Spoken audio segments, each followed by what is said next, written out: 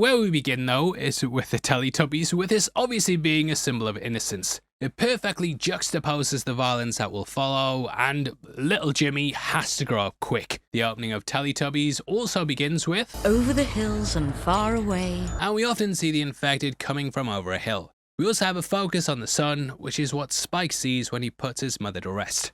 I don't think it's any coincidence that all these kids are blonde as well, and that's what the gang look like later. Children being thrust into this world and seeing how they deal with it is of course a major theme in the movie as well. Both are sort of led along the path by their fathers, but in both instances they turn against this figure. As we see, Jimmy's dad's a local priest who believes the virus is a biblical event. This sort of builds off the note in the first film which Jim found when moving through London. He of course then went to the church and came across an infected priest. So it brings things full circle from that. Jim even called the figure Father. Priests are of course also called father, but for Jimmy it's literal. He decides to turn away from his dad, which is something that Spike later does as well. Who is really trying to aid the children in both circumstances is the mother, and we see she's here trying to protect the kids. Either way, the Teletubbies are bright and colourful, they work in a gang, and in a way, may have inspired the gang we see later. When I say work in, they don't work in a gang, the Teletubbies.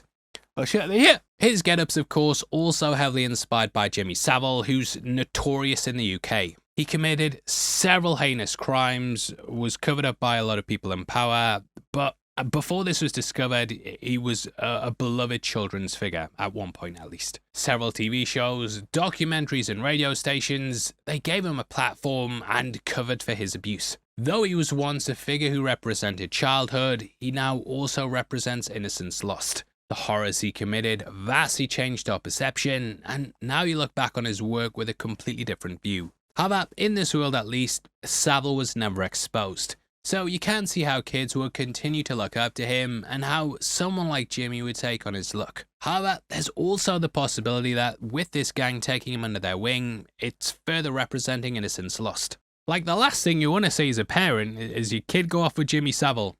So whether they're bad or not, we're gonna have to see, but yeah, it's a very big cliffhanger. When doing these videos as well, you know, obviously we wear costumes, and like for this one I was like, either the dad, the alpha, or dress up as Jimmy Savile. So yeah, not many options there, and I was actually surprised they still sell Jimmy Savile costumes. Either way, I think the major point the movie's pushing is how appearances can be deceiving. This has been something laced throughout the franchise, with the first film having the soldiers that were worse than the infected. It was initially thought they would protect and serve, but they turned out to have ulterior motives.